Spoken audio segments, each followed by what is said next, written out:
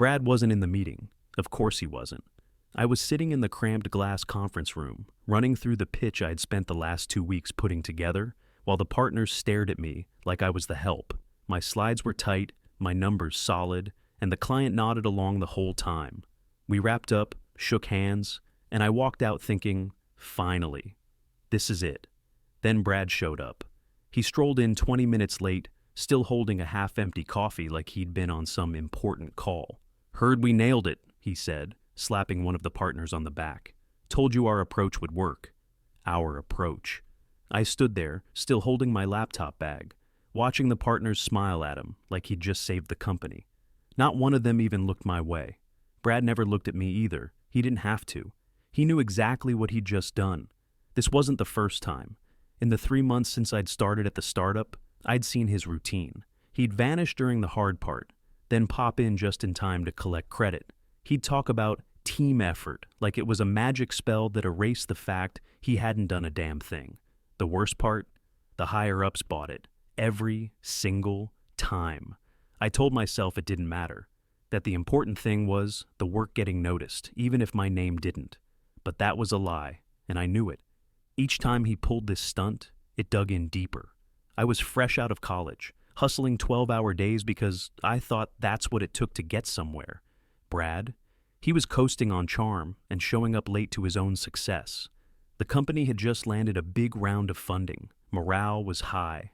And somehow, I was the one buried under the grunt work, market research, strategy, execution, while Brad wandered around too busy to actually do anything. If he gave input at all, it was after I'd already finished, usually just enough to make it sound like he'd been involved. That pitch today? I built every line of it. I'd practiced until I could recite it in my sleep. But to the people upstairs, it was Brad's win. I walked back to my desk, set my bag down, and forced myself to open my laptop. My hands were still shaking. Somewhere between the client handshake and Brad's victory lap, I'd crossed a line in my head. This wasn't just frustration anymore, it was proof. Proof I was invisible here, unless I made myself impossible to ignore. And if Brad wanted to play games, I was going to start keeping score. That night in my apartment, I pulled out my employment contract. Buried halfway down the page, I slid in a little gift to myself. A performance-based incentive clause. Quiet, legal, mine. Just in case. I kept my head down and my hours long. 12-hour days weren't unusual anymore. Show up before the sun came up. Leave when the cleaning crew shut the lights off. Brad was always busy during that time, but somehow he never missed the drinks after a win. He'd be there clinking glasses, telling everyone how proud he was of the team, like he'd been in the trenches with us instead of hiding in his office or working from home. The truth? Brad loved the spotlight, but he was never in the light until the cameras were already rolling.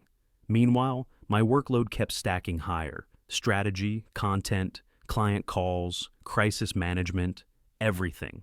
I didn't push back, I just moved faster. Somewhere in that chaos, a lead came across my desk that nobody else seemed to care about. Big company in the tech sector, Norex. They'd been quietly bleeding money from outdated operations, and nobody was courting them seriously. I read the initial inquiry twice, then a third time. This wasn't just another client. This was the kind of deal that could change the entire trajectory of the company and the person who closed it. So I made a decision right there. This one was mine. I didn't tell Brad, didn't tell anyone.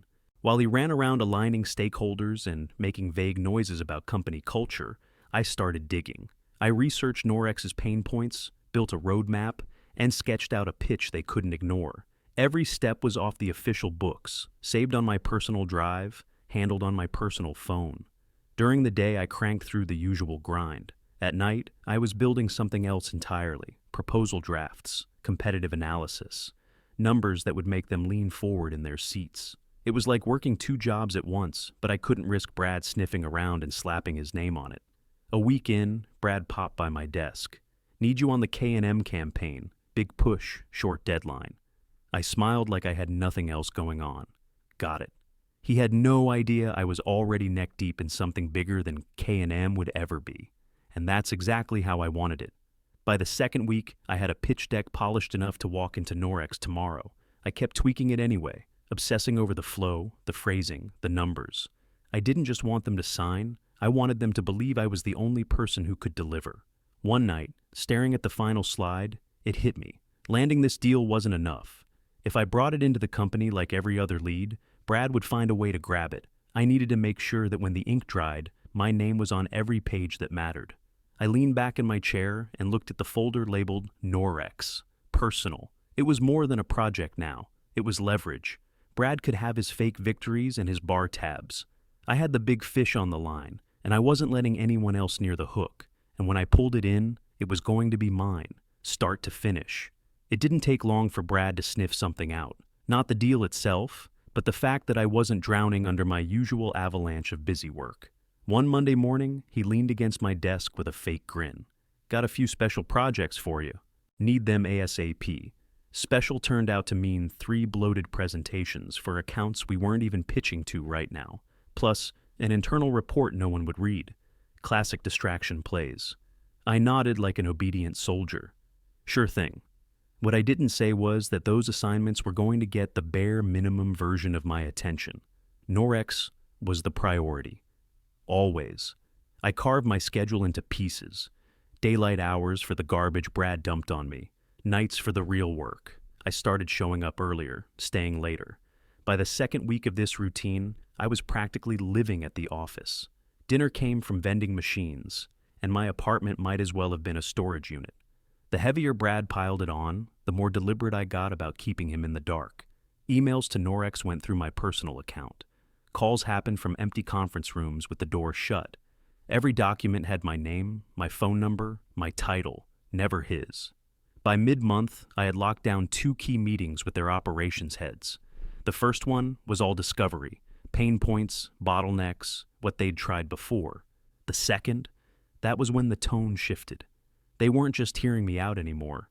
They were leaning in, asking me what I thought would work, taking notes. Brad had no clue any of this was happening. One afternoon, he cornered me in the break room. "You seem busy." "Just keeping up," I said, sliding past him with my coffee. He didn't buy it, but he couldn't pin anything on me either. That was the beauty of it. On paper, I was hitting every deadline he gave me. In reality, I was building something way bigger than his little to-do list.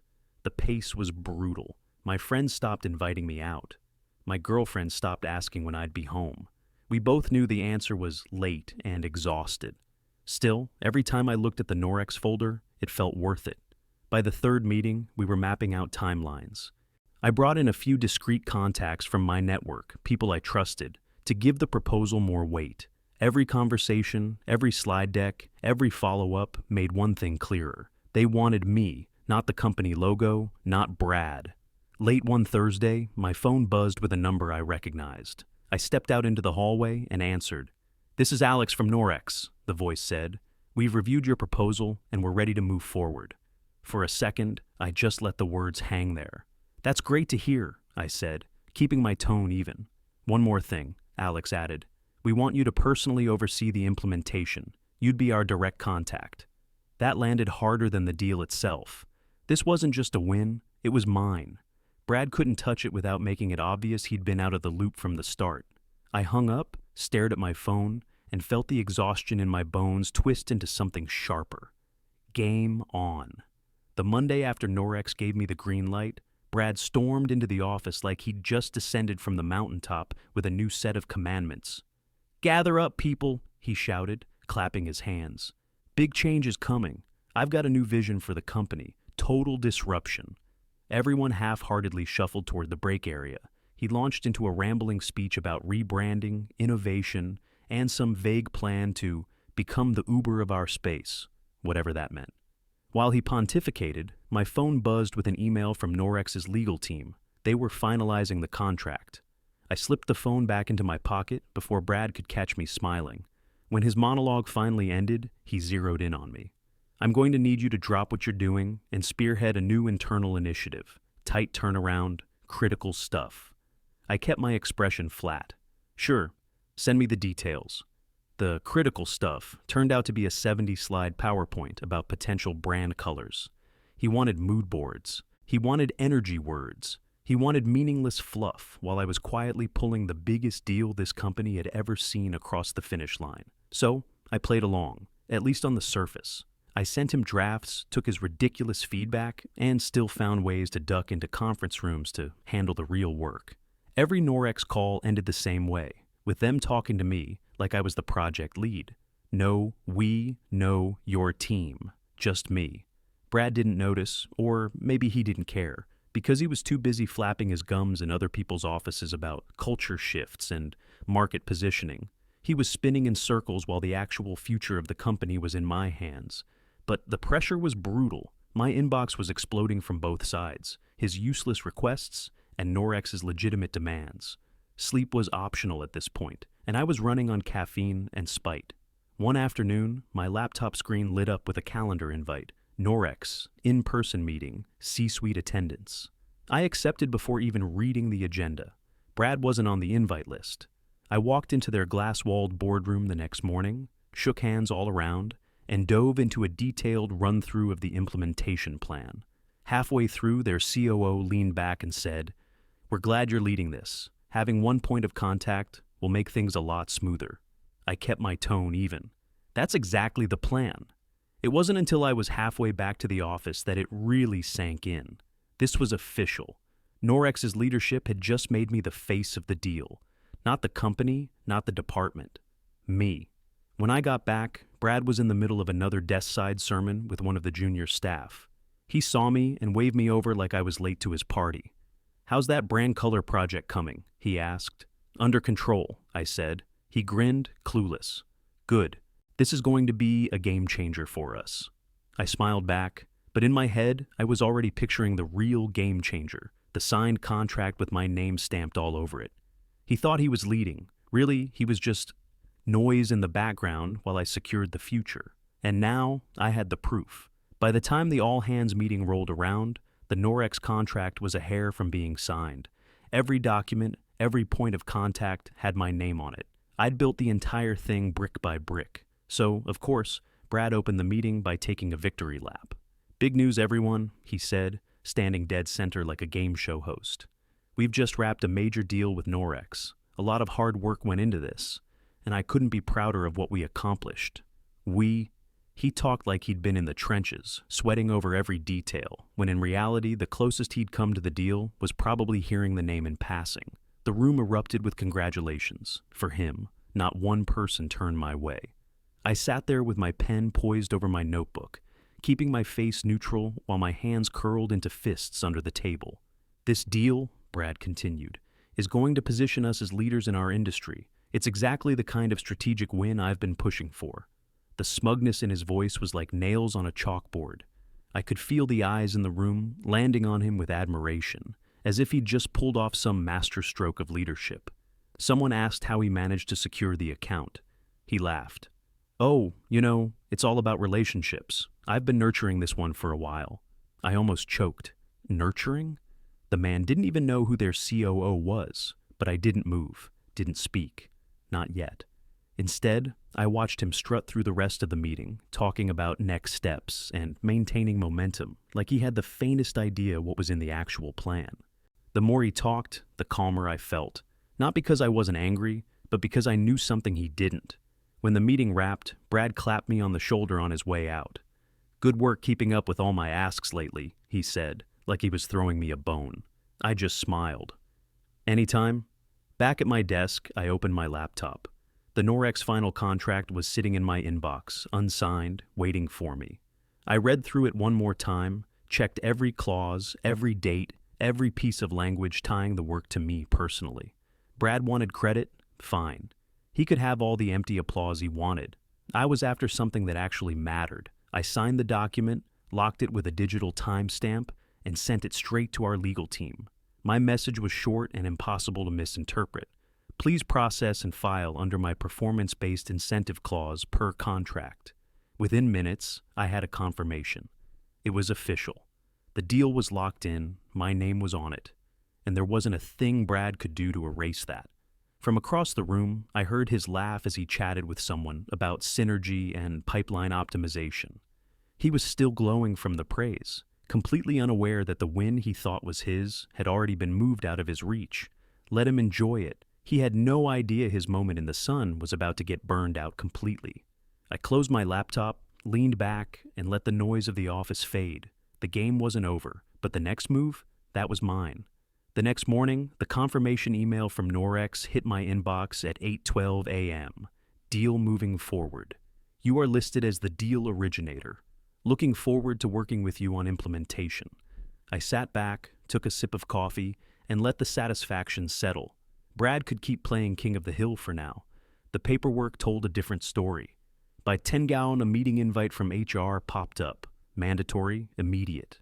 I walked in to find both HR reps already seated, with Brad pacing in the corner like a dog on a short leash. He didn't waste time. "We've got a problem," he said, pointing at me. "Your lack of focus on my strategic initiatives is dragging the company down. We can't keep paying someone who's not aligned with leadership." I almost laughed. "Your initiatives?" Brad's jaw tightened. "Don't get cute. You've been off doing your own thing, ignoring direct orders. This is a performance issue." The HR manager looked between us, clearly blindsided. "Brad, do you have documentation of these performance concerns?" He nodded toward a thin folder on the table. I could see it from where I sat. Printouts of meaningless email chains and calendar screenshots. Nothing that proved anything. "I've been keeping track," Brad said. "The board's not going to like this, so we need to handle it now." I folded my hands. "You want to fire me?" Brad didn't even blink. "That's the direction we're leaning." HR shifted uncomfortably. "There's a process for this, and we'd need to check for any contractual obligations." That was my cue. "You might want to do that first," I said, leaning forward. "Specifically Section 12, Paragraph 3 of my contract." The junior HR rep started typing into her laptop. A few seconds later, her eyebrows shot up. She whispered something to her colleague, Gus, who frowned and kept scrolling. Brad crossed his arms. "What are you talking about?" I didn't take my eyes off the HR manager. "Performance-based incentive clause. Any deal I originate and close personally triggers a payout equal to a percentage of the total contract value. And guess what just closed?" The room went still. "Wait," Brad said, a little too loudly. "That's not—" "It's signed," I cut in. "Filed with legal. Norex deal, originator, me. You want me gone? Fine. But per my contract, you'll be writing me a check big enough to make your quarterly budget cry." HR was already pulling up the contract PDF. The manager looked up at Brad. "If this is accurate, terminating without cause would trigger a significant payout." "How significant?" Brad asked, his voice cracking just slightly. The junior rep read from the screen. "High six figures." Brad's face drained. "That's insane." "No," I said, standing. "That's legal." The HR manager cleared her throat. "We need to review this with the board before any action is taken." I slung my bag over my shoulder. "Take your time, I'll be at my desk." Brad didn't say a word as I walked out, but I could feel his eyes burning holes in my back. By the time I sat down, I already knew. He'd just realized the trap he'd stepped into. And the best part? He'd walked right into it, thinking he was about to bury me. The board meeting was set for that afternoon. Brad strutted into the conference room ahead of me, already in performance mode. He shook hands, laughed too loudly, and acted like he owned the place. When everyone was seated, he wasted no time. "We need to restructure," he began, pacing like a motivational speaker. "Certain people here have been operating outside leadership's direction, undermining productivity. For the good of the company, I'm recommending termination." His eyes locked on me. I leaned back, letting him talk. He laid it on thick: missed priorities, lack of alignment, all the usual corporate fluff. A couple board members scribbled notes, but most looked bored. When he finally paused for breath, I spoke. "Interesting claims, Brad. Mind if I clear something up?" Without waiting for permission, I pulled my laptop from my bag, connected it to the room's display, and opened a folder labeled Norex, Executed Contract. "This," I said, bringing up the PDF, "is the signed Norex agreement, the largest deal this company has ever closed. Originator, me, as confirmed by both our legal team and Norex's." The room shifted. A couple heads turned toward Brad. I clicked to the next file, an invoice. "And this," I continued, "is the commission payout per Section 12, paragraph 3 of my contract. High six figures, payable upon closing, which, as of last week, happened. One board member raised an eyebrow. Brad, you didn't mention this deal in your performance concerns. Brad stammered. That's because, well, this isn't about the biggest client win in company history, I asked, or the fact that I managed it without a single ounce of your involvement. HR, sitting off to the side, was already on the phone, their whispers sharp and urgent. Another board member looked directly at Brad. Why would you move to terminate the person responsible for securing this? Brad's mouth opened, then closed. The silence was brutal. I disconnected my laptop, slid it back into my bag, and stood. If you still want me gone, you know the price. Otherwise, I'll be at my desk, doing my job. I walked out before anyone answered. By the time I reached my chair, the boardroom door was shut again. Voices rose, then fell. An hour later, Brad emerged, face pale, tie loose, eyes locked straight ahead. He didn't look at me. By the end of the day, his office was empty. My inbox held one new email. Commission payment processing. Expect deposit within 3 business days. I closed my laptop, grabbed my bag, and headed for the elevator. Years of hard work, sleepless nights, and swallowing my anger, paid in full. And this time, with my name on it,